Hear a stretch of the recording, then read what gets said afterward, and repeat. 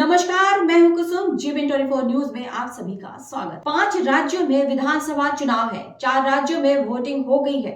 गुरुवार को तेलंगाना में मतदान होना है और 3 दिसंबर को नतीजे आएंगे।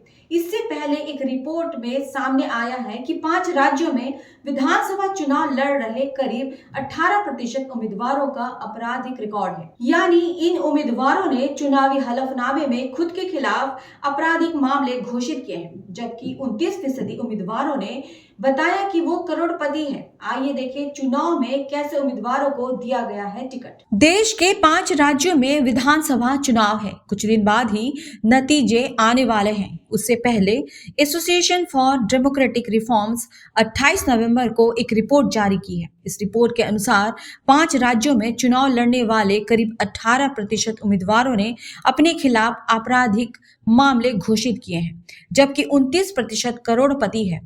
एडीआर ने मंगलवार को एक रिपोर्ट जारी की है। एडीआर ने मिजोरम, छत्तीसगढ़, मध्य प्रदेश, राजस्थान और तेलंगाना के चुनाव मैदान में 8,554 उम्मीदवारों में से 8,051 के हलफनामों यानी स्वघोषित शपथ पत्र की जांच की।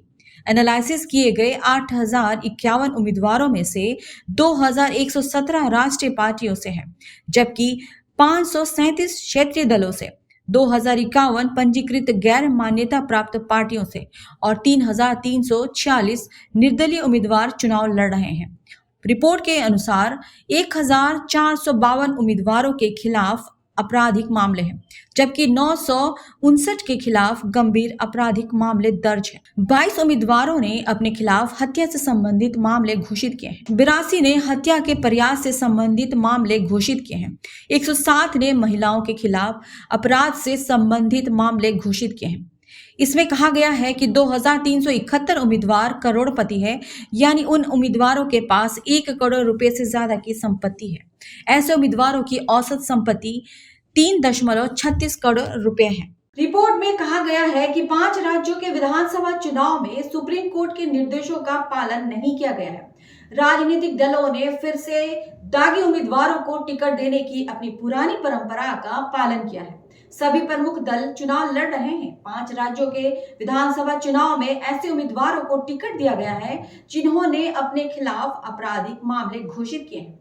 जानकारी के लिए आपको बता दें कि सुप्रीम कोर्ट ने 13 फरवरी 2020 के अपने निर्देशों में राजनीतिक दलों को ऐसे उम्मीदवारों के चयन के लिए कारण बताने का निर्देश दिया था और पूछा था कि बिना आपराधिक पृष्ठभूमि वाले व्यक्ति को चुनावी उम्मीदवार के रूप में क्यों नहीं चुना जा सकता। ये भी देखा गया कि राजनीतिक दलों ने आपराधिक रिकॉर्ड वाले उम्मीदवारों का खुलकर बचाव भी किया। इन उम्मीदवारों को मैदान से उतारने से पहले उनकी लोकप्रियता और सामाजिक कार्य गिनाए, आपराधिक मामलों को राजनीति से प्रेरित बताकर बचाव किया।